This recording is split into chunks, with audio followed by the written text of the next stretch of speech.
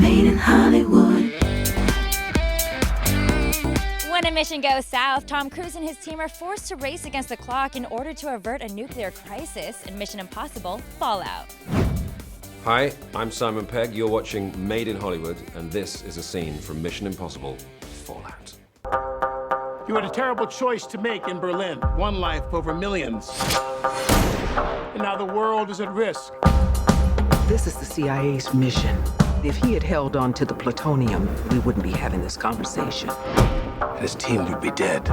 Yes, they would. That's the job. I need to ask you about the scene when you jump out of the military plane. You guys are parachuting down.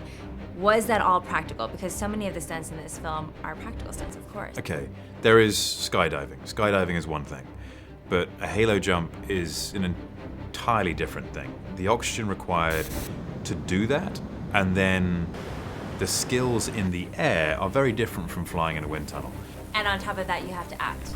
Yes, of course, and then act. Then get it right, because you only have one shot at this. One shot. You Yeah. only did that in one Don't take. mess it up. Thing is, it doesn't matter for Tom if we're jumping off a 120-foot building or if he's doing a halo jump. We're sitting in a car, and it's a hill. It's not scary compared to anything else that he does in the film. Yeah. But we'll laugh and joke, and then all of a sudden he'll go, right, safety briefing, everyone. And I'm thinking, I have a safety belt on. What can happen? And he goes, when we embrace, when you hit your head, you can hit your head on this. He's so calculated, and he's right. It really made me realise what a master he is, because you hear him doing all the stunts for real, and you watch him do the stunts for real, but to actually see it in person and see how he does it is extraordinary. That's job one on these movies. Is we want to do it in a way you've never seen, and we want to put you right there in the action. And having Tom there to do it allows us to do that. Yeah. Now I look at Henry. Henry looks at me. He goes back and he gets his gun. Normally, you would have green screen or blue screen. Everything is kind of done in post. And when you watch this movie, you kind of think that because that's what we're used to. But it's so cool to think these are all practical stunts. You guys actually did that. It's one of the best things about this movie is that you get to live the experience because you know it's real human beings and real scenarios. The audiences, we all know these days that half the stuff is CGI. But when you know it's a Mission Impossible movie, you know it's not CGI. It's exciting, and I think it as Tom understands very, very clearly, it adds another level of enjoyment for the audience because they're watching something that's actually happening. God! Were you bummed that you didn't get to really be in all of the action at all of the different locations? That might have been nice to see me in that way, but not completely bummed. Because when you see some of this action and you're holding on to your seats, I really you actually might was on the think- edge of my seat. Right. I was too, so was I. A number of times. You don't understand what you're involved in. You need to walk away. Please don't make me go through you. Women play a very powerful role in this movie. Was that something that the director and you spoke about when you first sat down to talk about this film? Honestly, not really. We spoke about my character and the strength of my character, who she was, her position, the position of authority. But I wasn't aware of the other women.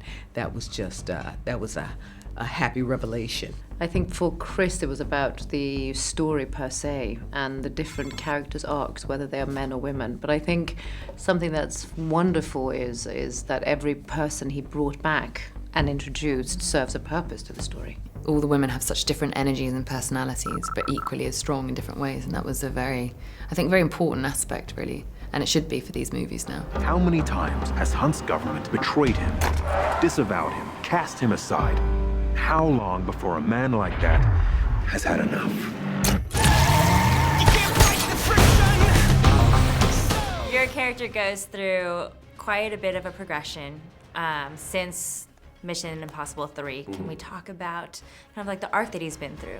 Yeah, I mean, in Mission Impossible 3, he was just a sort of lab tech, and in the last part of the movie, he helps guide Ethan through Shanghai, and he breaks a few rules, and I like to think he got a taste for adventure and submitted himself for the field agent program. Still the same guy, still questions everything, still isn't afraid to voice his fears and his doubt.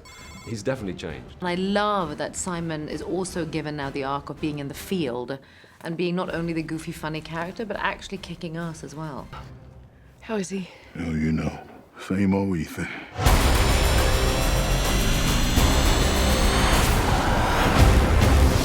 Tom Cruise can stunt ride a motorcycle, stunt drive a car, he can hold his breath for 6 minutes or something ridiculous. He can stunt fly a helicopter in the mountains, he can stunt fly a plane in formation. All of these things are skill sets which I do not have.